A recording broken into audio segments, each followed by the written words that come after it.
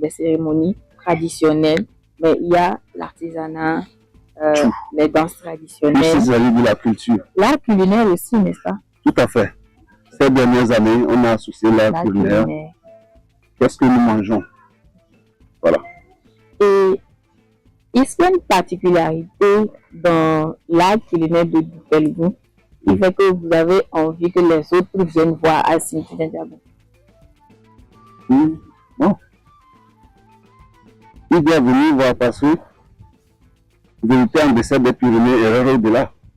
Ce que je mange ici, naturellement, ce n'est pas ce que l'autre mange. Qu'ils viennent aussi goûter à ce que je mange. C'est ça, naturellement. Et est-ce que vous trouvez qu'aujourd'hui, les jeunes s'intéressent beaucoup à Sinthiou-Dindiabou? Oui. Ils sont intéressés à Sinthiou-Dindiabou parce que c'est leur culture. Celui qui ne s'intéresse pas à sa culture est naturellement appelé un déraciné. Et quand vous ne maîtrisez pas votre propre culture, comment vous pouvez évoluer dans les autres cultures? C'est une erreur que de ne pas maîtriser sa propre culture. Oui, oui. Même s'il ne s'y intéresse pas, nous, en tant que devanciers, on est obligé de leur expliquer, de bien fonder, de maîtriser sa culture avant de sortir dehors. Je vois aussi qu'il y a une dimension sociale de la célébration de Sinthiou-Dindiabou. Selon vous, comment est-ce que Sinthiou renforce les liens de la communauté? Tout à fait. À l'occasion de Sinthiou, on prend toute une semaine. Les gens reviennent de la diaspora. Oui. Nous organisons des journées. Porte ouverte? Pas porte ouverte. Nous appelons ça des réunions de développement. Ok. Voilà. Okay. Donc, tout le monde, on se met ensemble autour. On voit les problèmes qui se posent à notre milieu et on essaye, en soit peu, de trouver des solutions à tous ces problèmes. Ça permet de régler les conflits familiaux. Tout à fait. Okay. C'est une symbiose. Ça permet aux gens de se connaître véritablement. D'accord. Okay? Oui. Parce qu'il nous arrive parfois de nous marier hors de la préfecture, étant de la même maison. Alors qu'à ces rencontres-là, on sait qui est de telle famille, qui est de telle autre famille, et ça évite de ces petits problèmes-là. Et est-ce que vous pensez que à la longue, la génération à venir, c'est-à-dire nous qui sommes déjà là, est-ce que vous pensez qu'on sera capable de perpétuer vraiment tout ce que vous avez pu sauvegarder en tant qu'aîné pour que Sinthiou-Dindiabou puisse se perpétuer d'année en année? Oui, nous sommes en train de partir. Ne pas perpétuer, ce serait une grave erreur pour vous. C'est dire que nous allons arrêter quelque part. Alors que normalement, on ne devrait pas arrêter. On doit perpétuer cette culture pour les générations futures.